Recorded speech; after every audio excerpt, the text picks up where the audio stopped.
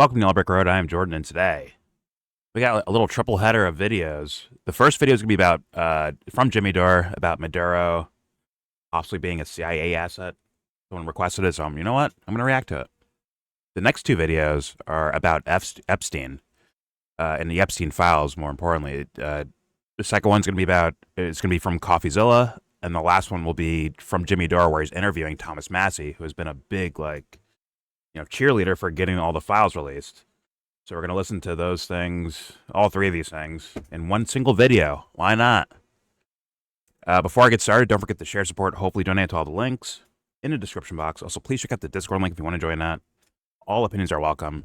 And obviously, the videos I show you will be linked in that same description box for you to look at on your own. Just, so you can watch on your own. You don't have to hear me talking. See how faster things go when there's not 30 fucking people in here all yelling at me and shit and yelling over each other. Videos get done. You know what I'm saying? I'm just kidding. I love all of them. It's awesome. Fucking dinner table arguments. I love it. Either way, let's jump right in. Here's Jimmy Dore with the video. Maduro accused of being a CIA asset. Here we go. Let me try and close caption, actually. Here we go. Whoa, what an intro, Jimmy. You had the guest on. And Professor Zhang. Professor Zhang. Very interesting and blew my mind with a couple of things. But this is a big one that we can watch and see if it comes to be. So I don't know what I was watching, maybe Redacted, where they're talking about those direct energy weapons that they used on Maduro and the soldiers there, and people were bleeding out of their noses. Actually, Trump just mentioned something like that today about how awesome U.S. weapons are. And he came and talk about them. And he brought up the incident where soldiers without noises going, like where they'd pull a trigger and no noise would happen and people are fucking getting sick or eyes are bleeding or some ears bleeding, whatever the fuck. I'm just saying he was bragging about that today, but whatever, here we go. Professor Zhang thinks that's all fluff and nonsense to distract from the fact that Maduro is a CIA asset from the previous CIA faction, and Trump is ruining one of their longstanding operations. And Maduro's in on it and wanted to come in. And the way to know is when he goes to court, if he goes, yes, me and the Democrats and parts of the CIA conspired to rig the 2020 election through those voting machines. And I want to come clean. And then he'll get, if that happens, then you know that's what this was. Because he's going on trial for what? Cocaine? There's no Venezuelan cocaine. You never heard of that. I assumed as the vice president was in league with the CIA. But he's saying, no, the previous CIA wanted him in there. And then when you think about it, all these gangs you never heard of that I was saying, we were all saying from the start, the CIA brings in Tren de la Ragua. That's not a gang you ever heard of. All these drug gangs the CIA brings in. So then it starts to get more plausible. But I say just wait and see. I just never considered anything like that.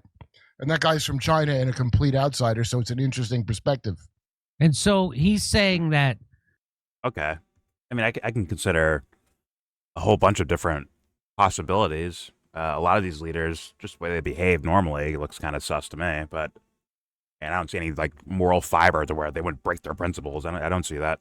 But yeah, you're gonna need something hefty, some hefty evidence and argumentation for that. Because for me, at most, I think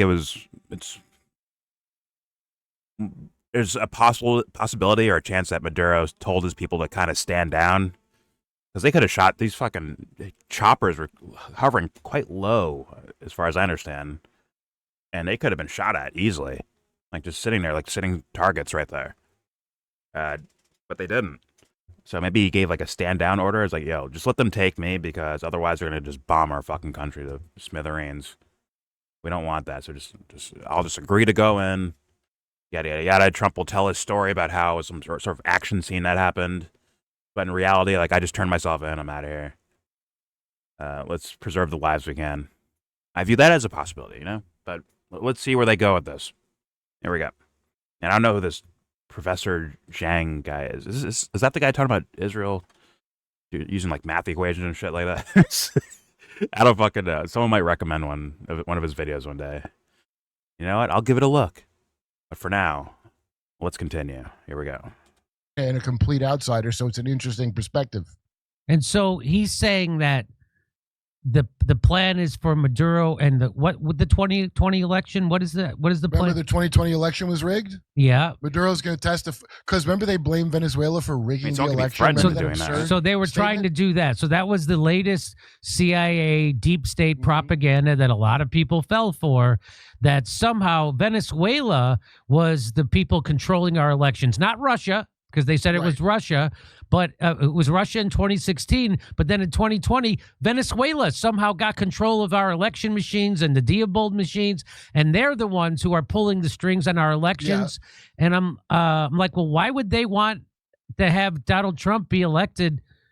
Go ahead. So what is his theory? He says he looks at it as the faction of CIA or whatever that didn't like Trump. That's one of their long-standing operations working with that guy. So Trump is bringing him in so that he can testify that they rigged the 2020 election with help from these gangs and Democrats, and then he'll get let go, or he'll have a nice treatment. That's what he predicts. I mean, fuck. Can't someone be threatened into that as much as they could be, CIA fucking workers or like secret cell CIA guys working in a foreign country their whole lives or most of their working life? I could see threatening be like, hey, listen, man, we'll fuck your country up sideways. Just say this happened. You don't like them anyways, right, Maduro? You don't like the fucking Democrats anyway, so say this and we'll be nice to your country and to you and your wife physically. Why can't that be a possibility? But yeah, I don't know. There we go. It's just something to watch for. If that happens, I didn't That's not a believe Trump guarantee of anything. would be 180 degrees. Use your from brain, Kurt. Everything he said. Use your brain, Kurt. That was a surprise to me. So I just say look out for it. We'll see if his prediction comes to pass. That'd be pretty funny. Because they've already said this 2020 bullshit like anyone gives a shit about that anymore. They're just going after the old Democrat mafia operations, right? That's all they're doing. Are they? That's what the Somali with that Mormon boy front virgin Nick Shirley reporting on the scam of Minnesota. That's just them cracking down on the other side's mafia, is what it looks like to me, right? Yeah. And Trump's already pardoned a guy involved in the crime. He's already given a pardon out to one of the criminals in that scam. John Corbett had a thing about it. Oh. I think he means Corbett Report, which is James Corbett. I think he means that, but all right, here we go. Report. It's James Corbett. Well, his name is it's not John Corbett. It's James Corbett. You Corbett's fans. first name? Why am I blanking? The reportage It's your name, that- Jimmy. Yeah, book. It's a good book. reportage. It's your name, Jimmy. Reportage. Same name as you. I say reportage. It's James Corbett. That's his first name. James Corbett. Yeah. Excellent channel, dude. Also suppressed like Jason Burmis, the original guy that told us about 9/11. Suppressed more than anybody I know. And now everyone's saying stuff Burmis brought out back in the day in Loose Change. Wow. Okay. So that's quite a I think we have better theory versions of Loose Change now, Venezuela. but, That I wouldn't doubt it. Kurtz is kind of dumb, isn't That's he? part of the plan for Yeah. sure. Fuck. Chavez got whacked, and then Maduro's there. And then Maduro was there for a long time. Yeah. We've had, by the way, CIA run countries before, like Greece, the guy from Charlie Wilson's war that John Kiriakou knew. Yeah. John Kiriakou tells the story. That guy was the head of Greece, a CIA agent. No kidding. Gus, whatever his name was. Okay. You're throwing too much shit at Jimmy. So Malfunctioning. so you think We'll that see. you think that maybe Trump is kind of messing up the CIA. The previous, these are and- two mafias. So it's the two deep state mafias, and the Zionists want him out. right. And so Trump is signing with the Zionist deep state against the others deep state who was using Maduro as their puppet. Is that what you're They saying? think they're the good guys in this house of, the good guy thing to do would be to tell us this weird house of cards of lies they've been running for 80 years. That would be what a hero would do. But what they're going to do is go, we're less bad than that other side. We're just like kind of Satanists. like that. So it's just mob wars. It's the way mafia families, you're expected to sympathize with one gang over another gang. It's just that bullshit. It's very simple. Okay. I think that's a lot less likely. It could be like, kind of like, gang war, mafia war stuff. But I don't think it's about like we're better. I think it's like morally better. I think it's more so like we'll get the shit that you're trying to get done. We'll get it done better and faster. Not morally better, but like efficiently. Like we'll just fucking go in, fucking grab this president and fucking leave. You guys will dilly-dally forever for fucking ever with sanctions and shit like that, trying to oust the guy. Instead of like just go in there, grab him, get out. That's it. We're speed running. You guys are fucking slow as shit. I think that's the mentality. And yes, it's all devil worshipy to me. It's a lot of devil shit going on with that. My definition of devil, not the Christian Bible thing. Either way, let's continue. And Kurt is kind of like a silly man, isn't he? I hope he means well, though. I really do. But he sounds not so locked in with sound logic of things. But here we go. Okay. Wow. Don't worry. He'll get the platforms anyways. And so we cannot. Maybe he's wrong. Of course. So this is his prediction that professor you had on your show. I can't vouch for the veracity of it, but it certainly makes sense. It's certainly something I would have never thought of. And I would have never thought of it either. I would have never thought of it. So let's see if it plays out. So we'll know. But that's not gonna. History soon. History will show us, or events will unfold, and see if that was true or if it's not true. But boy, would it be really interesting if Maduro ends up testifying that they rigged the 2020 election for Joe Biden. That would be already. There's been rumblings about it, that doesn't so have that's to why mean it didn't ring completely. I was like, wait, I remember them saying time. something about this, and it sounded very weird. Yeah. Hey, let me just tell you real quick. So they were using Starlink to coordinate the protesters, which are Kurds and CIA assets and Mossad especially, that they embedded in Iran to start killing people to try to cause a riot to encourage the government to shoot back at them. These people are shooting at police stations. They're not just protesting. It's amazing they don't care about the chick that got shot because she hit the gas. These people are shooting at cops in Iran. Right. But guess what? China and Russia helped them trace every Starlink back to those operatives. So they got all those Mossad operatives that were using that system. It's not in the news, is it? Oh no, no, they, and that's why they're like, you better stop killing protesters. They're killing the Mossad assets. Oh, they tracked them through Starlink, and I find that very believable. Well, you give them room by going out and killing anyone, whether they're Mossad or not. You give them the room to where they can say, now we can fuck you up. Look what you're doing. But yeah, I'm sure there's a lot of fuckery and a lot of fog in regards to that whole thing with Iran. I've seen stories where people are saying that they're straight up killing protesters, or I heard stories where protesters bring out guns and they get shot at. Then they start crying wolf, essentially, like, oh my God, they shot me, see? Meanwhile, they had guns in the first place. I've heard of fucking kids being killed that have bullets that don't trace to anywhere in Iran. In fact, trace to Israel, actually. That's been alleged as well. So there's a lot of fog going on in that scenario.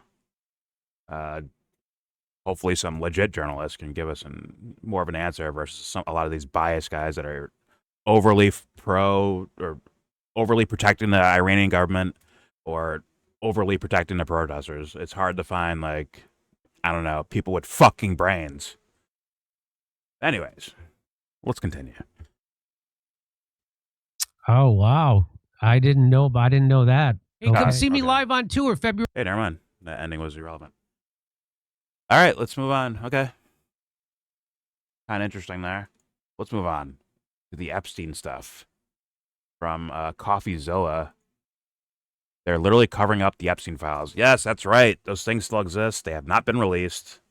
And they're way past due. Just going to leave and come back real fast.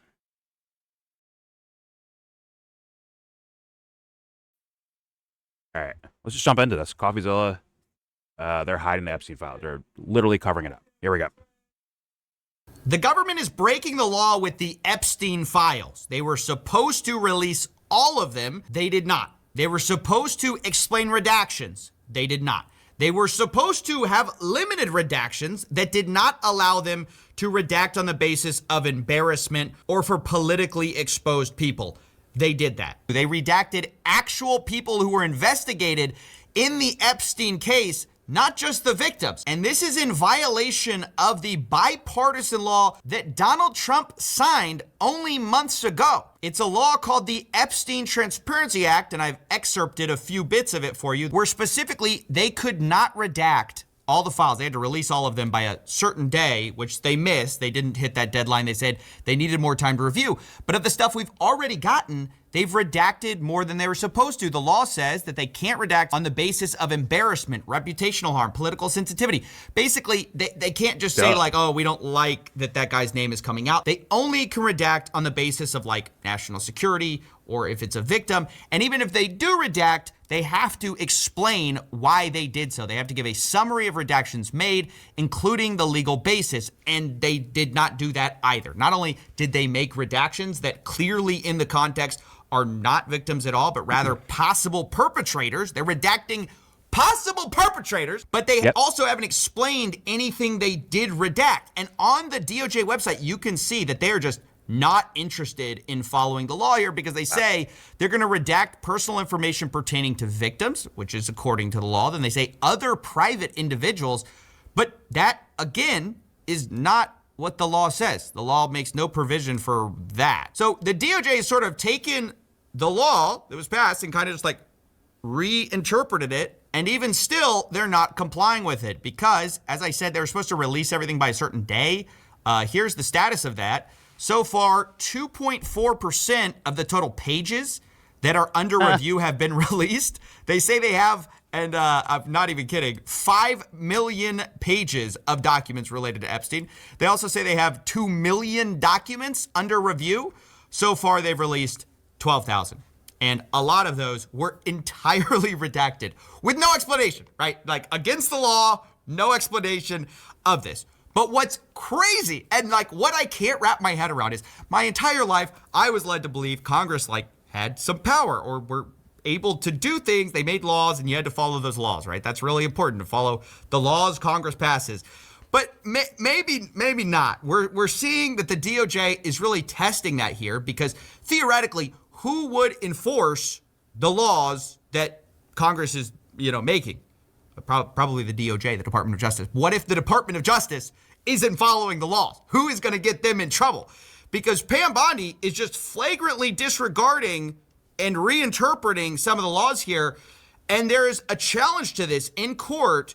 And the DOJ basically wrote in court that, well, actually, even if we did violate this, maybe there's no cause of action here. We aren't responsible for any of this because there was a petition of the court to appoint something called an independent monitor and special master. Specifically, this was to force them to comply with the law. This was written by a Republican and Democrat, and it says, put simply, the DOJ cannot be trusted with making mandatory disclosures under the act, and essentially they have to put someone independent in charge of this whole event. And the Department of Justice wrote in today that they don't believe there's a cause of action here by the Epstein Transparency Act. So even if there is a consequence, if a statute does not specify a consequence for noncompliance with statutory timing provisions, the federal courts will not in the ordinary course impose their own coercive sanction. So what exactly can they get in trouble with if they don't comply with this? If they just redact whatever they want, they don't provide a summary of what they redacted, they redact people they shouldn't have redacted,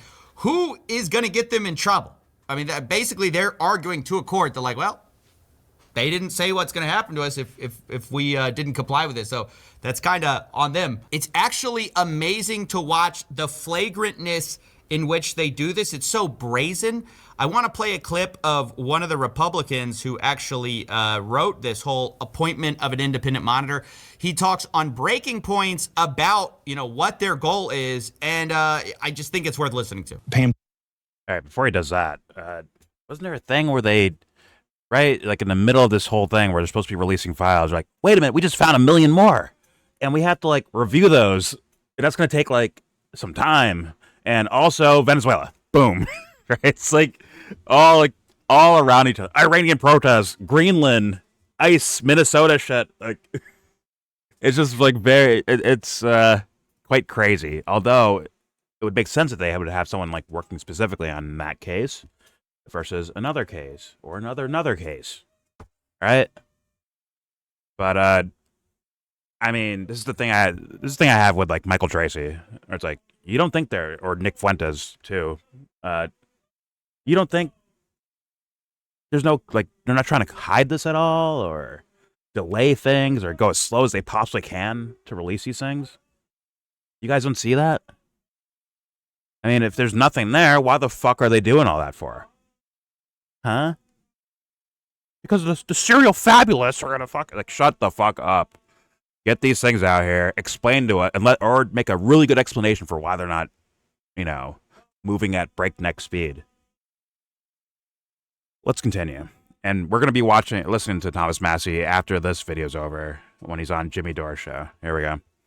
Bondi is violating the law. She missed the December 19th deadline. She missed the deadline 15 days after that, where they had to justify redactions and give Congress a list of politicians who were involved in the Epstein files. So they missed 2 deadlines.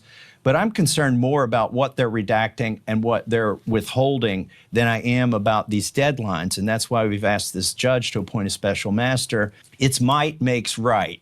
They're doing this. They're disobeying the law because I think they're trying to test and see if there's any way it can be enforced. That's exactly what they're doing.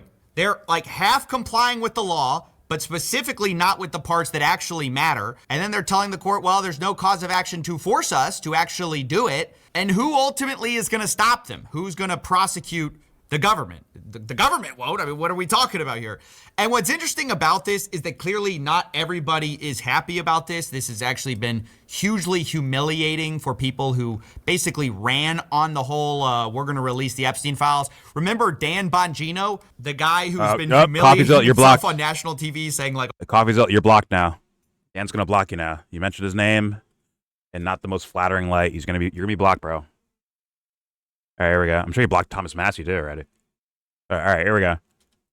For people who basically ran on the whole, we're going to release the Epstein files. Remember Dan Bongino, the guy who's been humiliating himself on national TV saying like, oh, I looked at the files. I've seen the whole file. He himself. But also the guy who a few years ago was like, dude, we have to look into the Epstein files. There are a lot of people who are knee deep in the Washington swamp who are not telling you the truth about serious allegations out there that Epstein may have had video and audio of people out there. Well, he apparently was thinking about resigning amid the Epstein fallout you got lied to, guys. The July 5th memo disaster, and then actually did resign. The announcement was a few days before the final release of the Epstein files, the latest deadline. He decided he was going to resign on that day. This is his last post about it. It was a busy last day on the job. This will be my last post on my account. Tomorrow, I will return to civilian life. And honestly, I can't think of a more humiliating thing to happen to somebody, to go into public office and be like, we're going to fight the deep state, and then leave having done nothing to fight the deep state. Literally, this guy has the cringiest posts. Like, what I have learned has shocked me to my core. We cannot run a republic like this. I'll never be the same after learning what I learned. Dog, what did you learn? I think that was pertaining to Russiagate, I think. Meaning more team playing slop to trick the masses into picking sides and fight each other instead of them. I mean, intellectually fight. All right, here we go.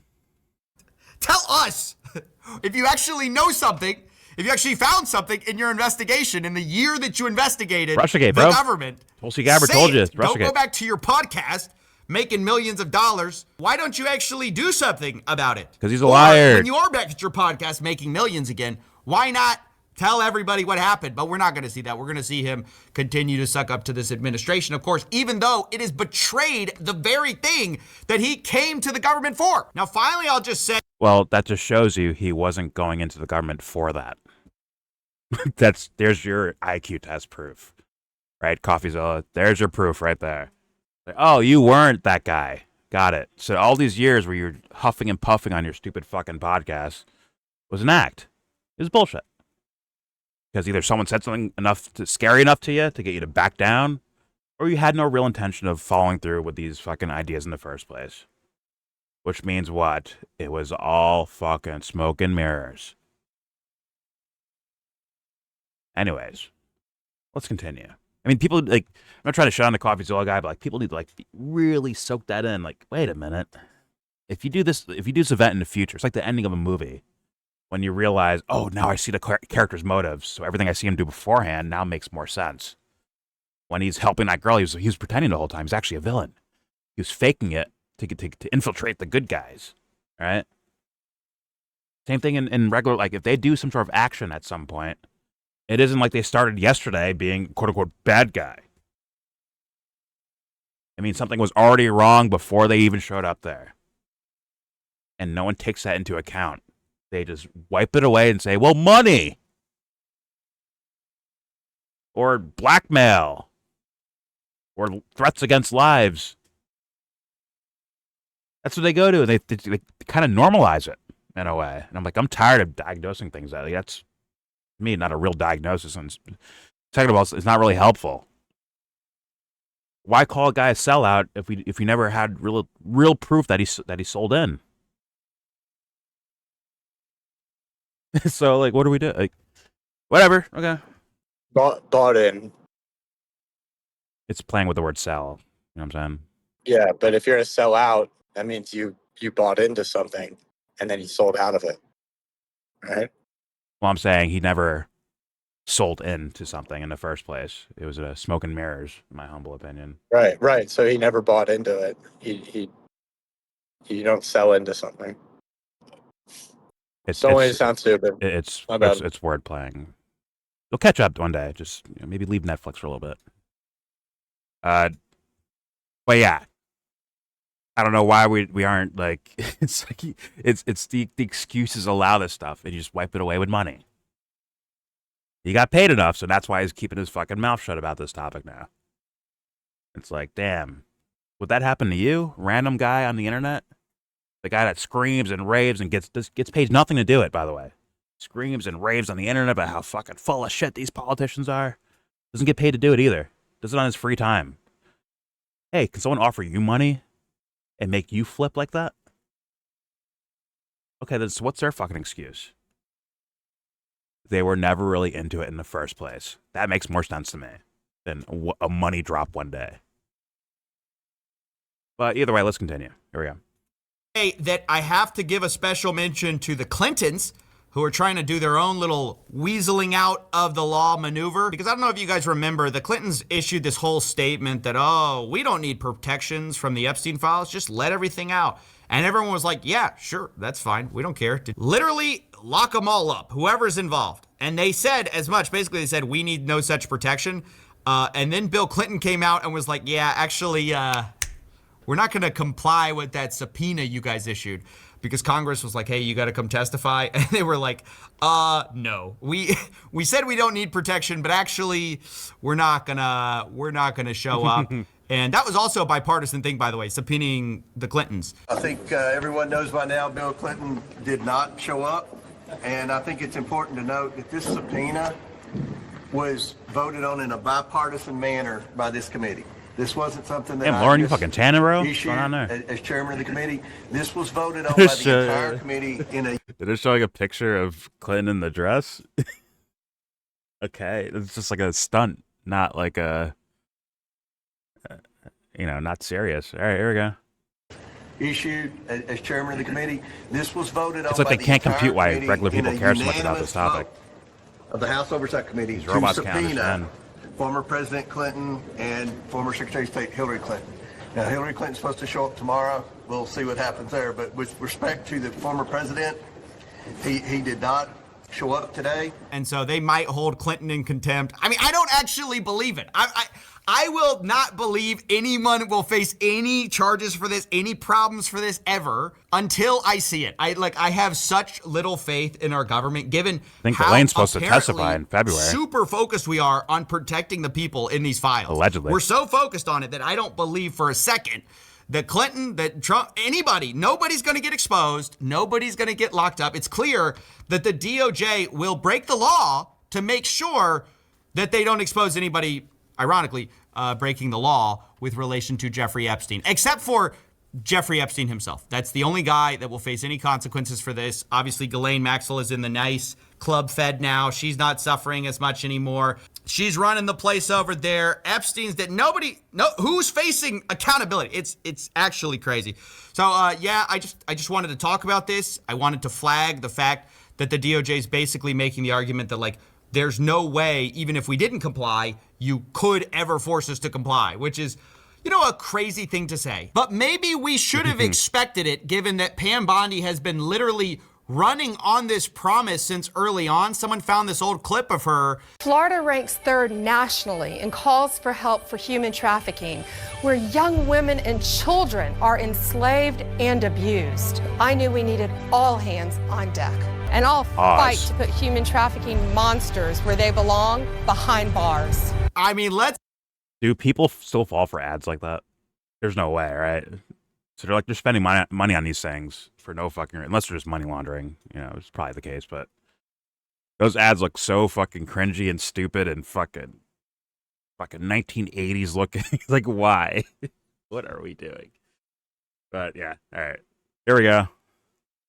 To put human trafficking monsters where they belong, behind bars. I mean, let's give it I up believe for Pam. you. She has been keeping human trafficking monsters behind bars. Oh shit, that was a abrupt ending. All right, let's move on to the final video. Thomas Massie on the gym. Is there a preview, Jimmy? Okay, yeah, he's doing a preview thing. Whatever, I'll let the preview play so I don't miss anything. All right, let's hear from Thomas Massie about this topic. Let me just reset a little bit. You know what I'm saying? Oh shit, I'm gone. Now I'm back. Oh fuck, look at that.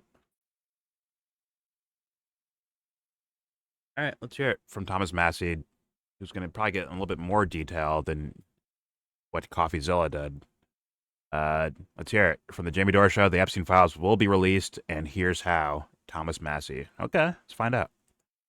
What the fuck? All right. There are lots of ways My to mouse is skin so this broken. cat. This ain't over yet. We have so many arrows in our quiver to compel the DOJ to follow the damn law.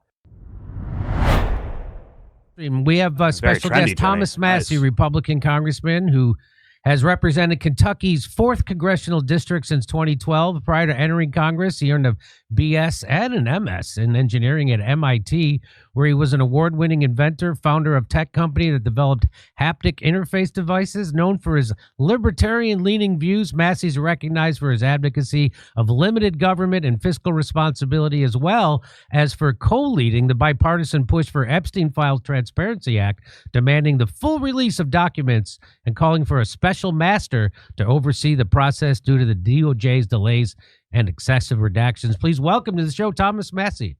Hey, Jimmy, I've been waiting for this for years.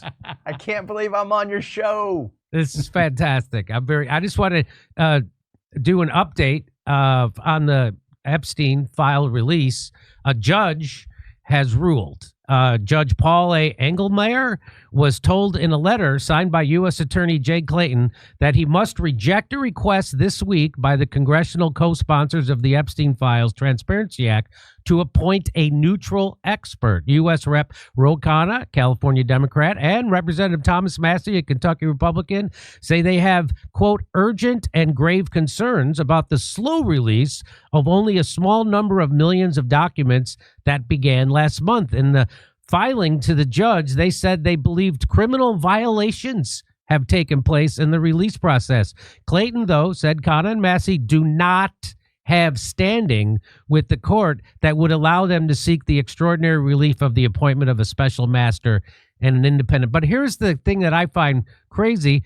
The judge, Engelmeyer, lacks the authority to grant such a request, he said, particularly because the congressional representative who made the request are not parties to the criminal case that led to Maxwell's December 21. So, but they did admit that that the Department of Justice is committing a crime by not releasing this. So go ahead, take it where you would like. Yeah, so the judge asked the DOJ and Ro Khanna and myself to respond to him, and we have until tomorrow to respond. So we're glad to see the DOJ's response. We have our own response prepared. You know, we never did claim in our letter that we had standing. This is an amici, which is a friend of the court, where we give our opinion. You know, congressmen often do this. They write in on certain cases. And it would be up to the judge, obviously, whether he wants to appoint the special master or not. We think it would best serve the victims in the case that he heard, which was the Maxwell case. And so the victims have standing, and they could get more closure. They would be better served by a special master to oversee the release of these files. And so that's going to be, I think, the thrust of what we respond to Judge Engelmeyer with. And this ain't over yet. We have so many arrows in our quiver to compel the DOJ to follow the damn law. I mean, this is the problem you have. They say we don't have standing, and the problem is with the DOJ, they're the ones who are supposed to enforce the law. And if they're not enforcing the law, then you are kind of in a quandary, and that's why we're asking this judge to get involved. So you even said that Pam Bondi should be called to testify in the House Judiciary Committee and the House Oversight Committee, where she must answer for her failure to comply with the Epstein Files Transparency Act. It's unusual that she's never appeared in front of the House. Why hasn't she? Well, you know, out of tradition or just the congressional job, our job is oversight.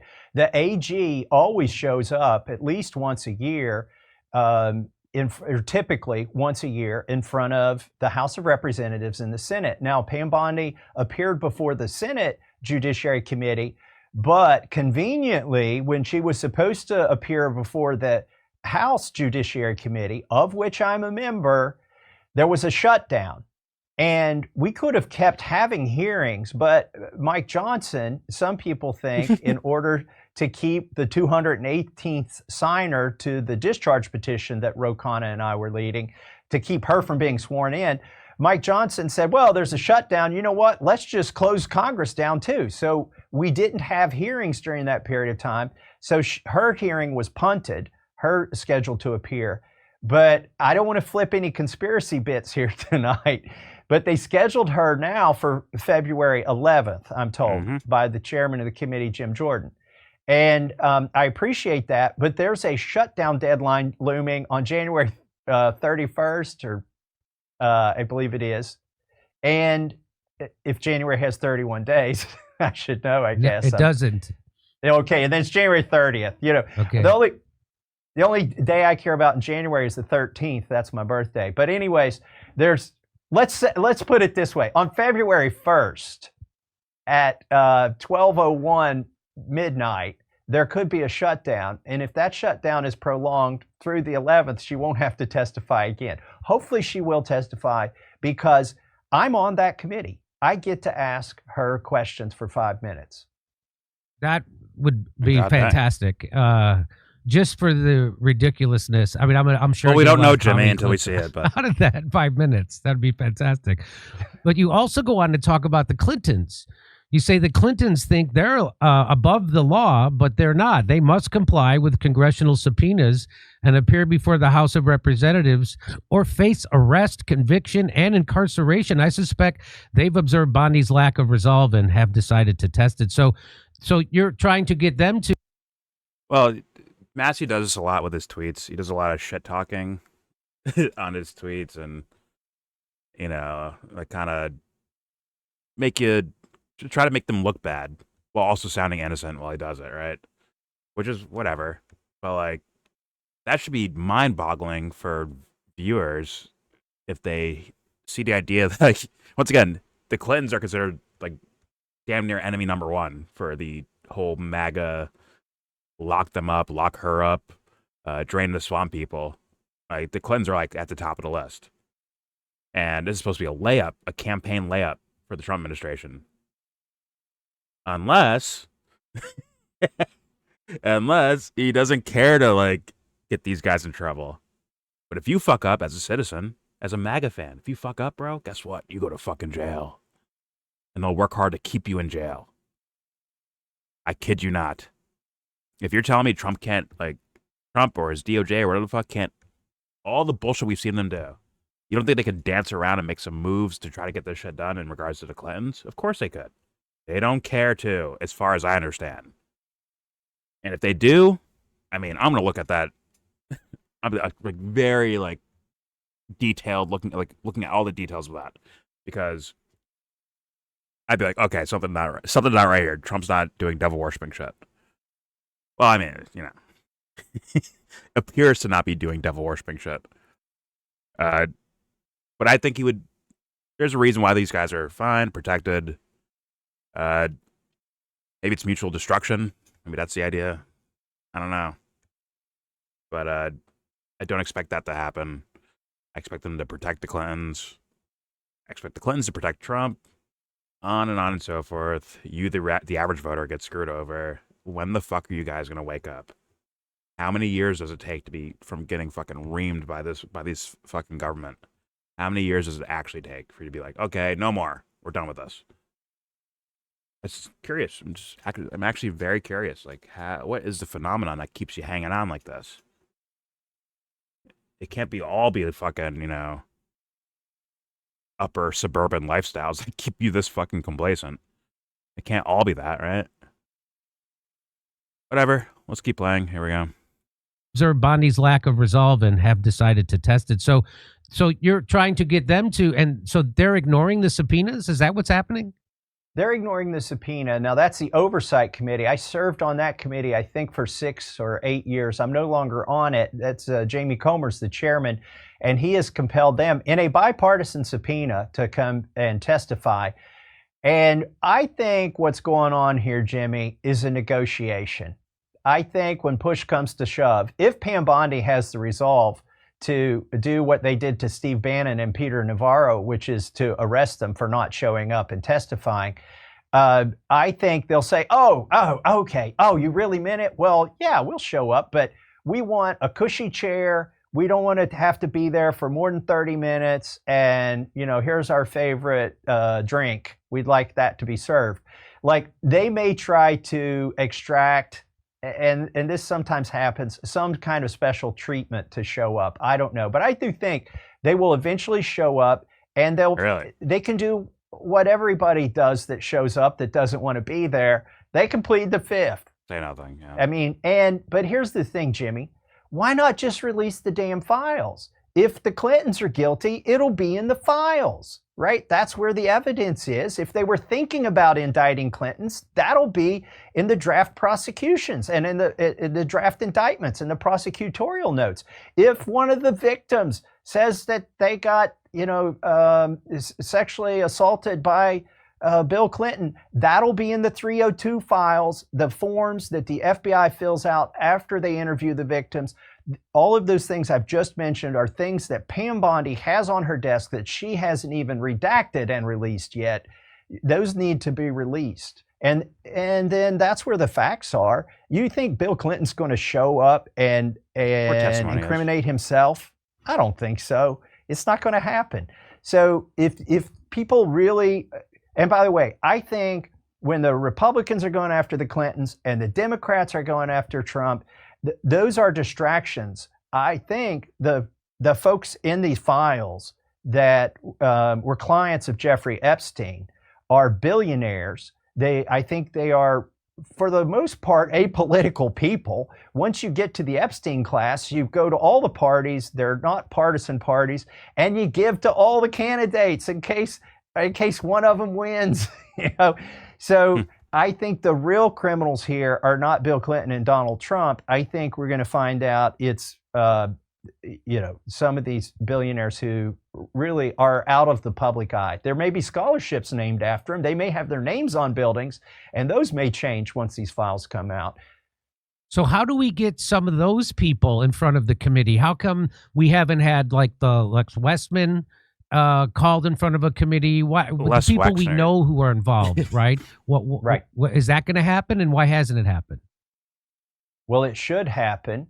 And Jess Daly is one of the names that the victims gave to me that I read in front of Kash Patel to see if I could get any kind of reading there, because he said there was no evidence in the possession of the government that anybody but Jeffrey Epstein and Ghislaine Maxwell mistreated people. And so that's when I said, well, that's interesting because these survivors tell me they've given you all at least 20 names and you wrote them down when they gave you the names. Have you looked at the 302 forms? And that's when Kash Patel admitted he himself has not looked at the 302 forms. And I'm like, well, then how can you sit here and say there's no evidence if you haven't even looked at the most obvious place to look for the evidence? That was in the hearing where he did show up. And I described the professions of these people, of 19 of the 20 people that the survivors tell me exist. Now, while we're here and we're talking about it, I get this question on the internet by trolls and paid accounts and whatever. They're like, you said you were going to release the 20 names that you have. You said you have 20 names. How come you haven't released them? Okay. The survivors said that they were compiling names, and Marjorie Taylor Greene and I offered that if they wanted to give us those names and they wanted us to read them on the floor of the House, we would do it. But here's the reason why we shouldn't do that. Number one, we got the law passed. It's now Pam Bondi's job to do it, right? It's not my job to go to the floor of the House and do this. That's a backup plan.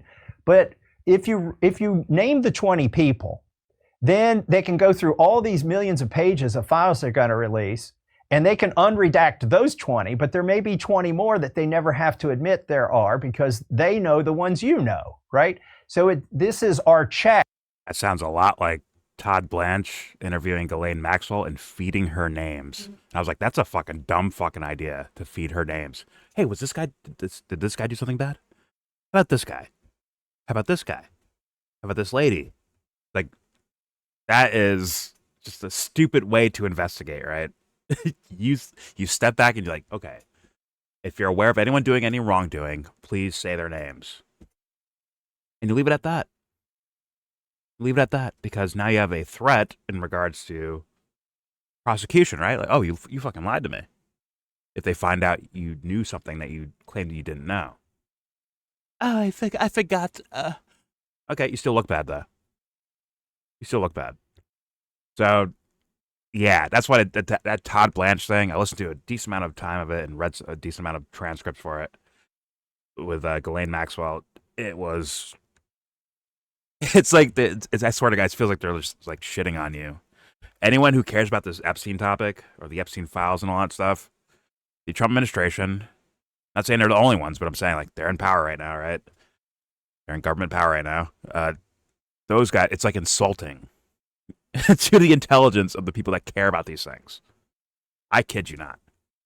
It's like they're saying "fuck you" day in and day out about this stuff, and it begs the question: why? Why? That thing that Michael Tracy and Nick Fuentes aren't putting together for some reason. Like, why are they working so hard to keep this quiet? If they call it a distraction, wouldn't it be easier to just release everything and then move on than holding it back to where it's just going to bubble up again and again and again as Thomas Massie goes on fucking media tours telling everyone like, hey, they didn't release the fucking files yet. In fact, they only released like a fucking percent of the fucking files.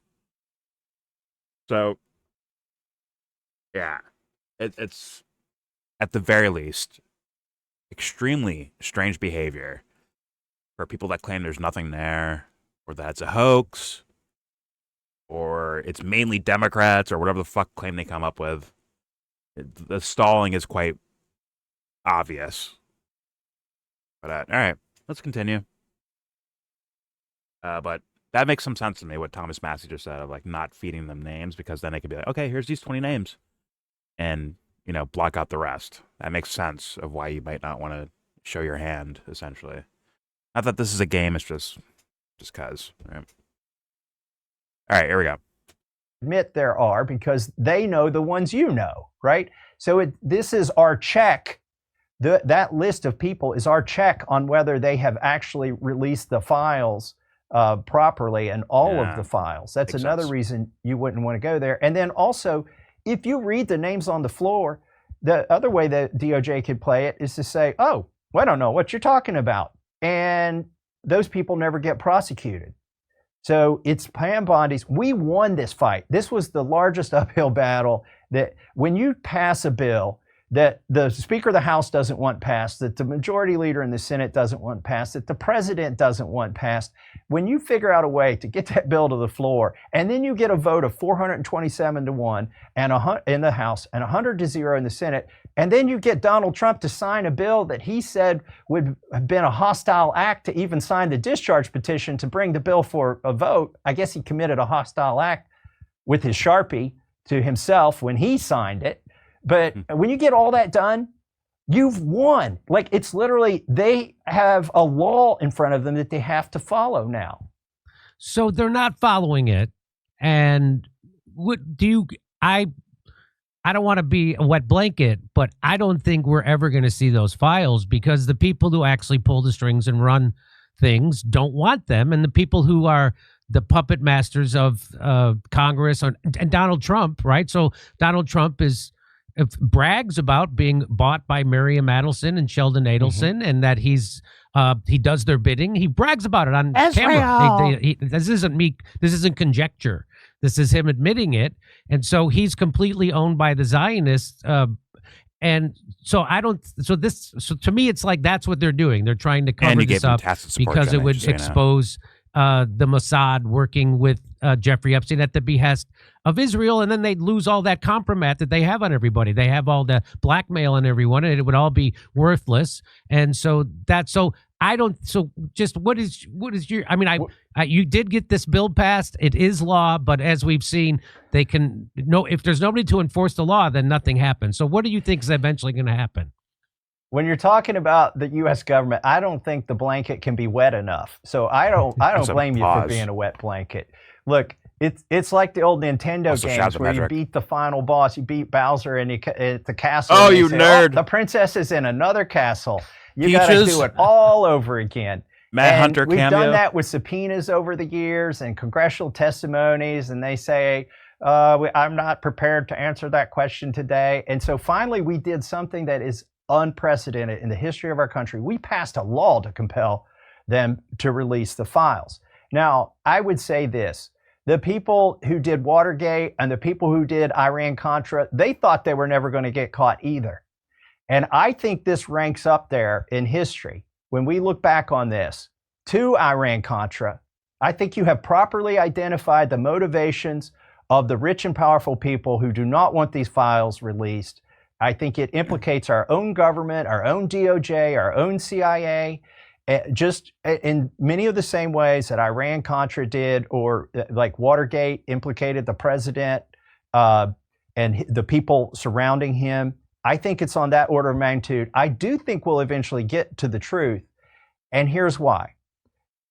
If Bill and Hillary Clinton, if they could outweight Jamie Comer, if they could get to January 3rd of next year, which is only about 11 months away, without ever coming in front of Congress, guess what? They can never be convicted for not appearing, because that subpoena expires at the end of Congress. And if the Democrats take the majority, they're not going to reissue the subpoena. So the problem goes away, just like it did with Eric Holder and with numerous other people. The problem goes away at the end of every Congress.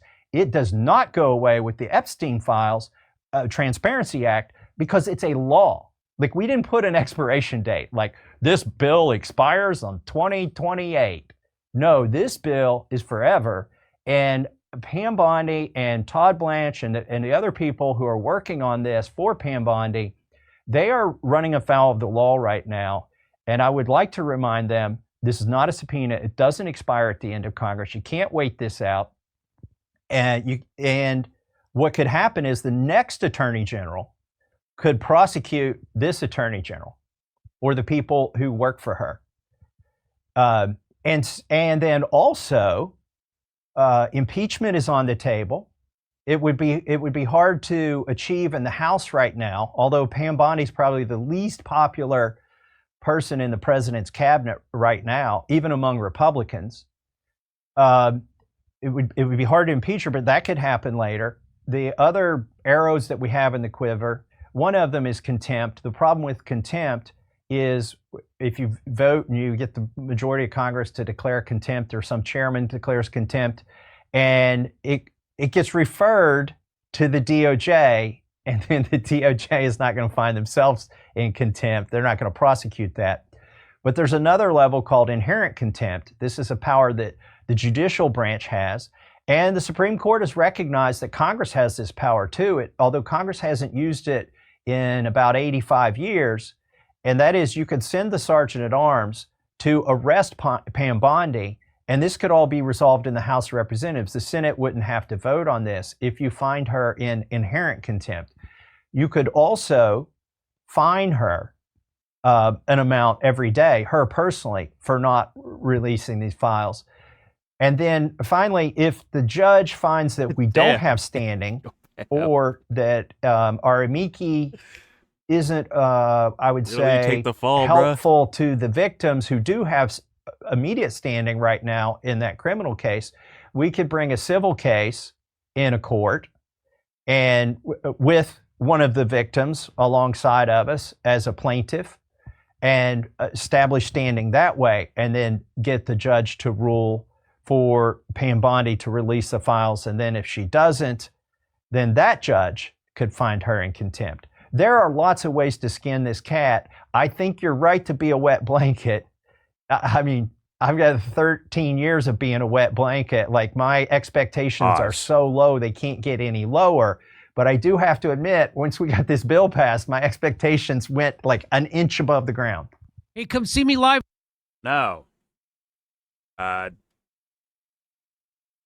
Okay, but like, yo, Pam. Hey, listen, Pam Bondi, you signed up for this. That you are a human shield at this point. You are here to take shit for all this. Meanwhile, it's really, wait, is my Big Mac ready yet? Where's my Big Mac? As Pam Bondi's fighting for her social life, she's gonna find her every day. She's like, yeah, she's eating all the fucking bullets, bro. Fucked up. I mean, like, oh, sorry, not to joke about that, but like, I mean, if conspiracy world, if you think about it, if there was some sort of weird, creepy group of people that wanted this shit shut down, it'd be less so going at Thomas Massie and more at they might assassinate someone like fucking Pam Bondi or Cash Patel or some shit like that. Blame it on the left and then keep it moving. Pretend like the Epstein files never existed. Don't bring that up.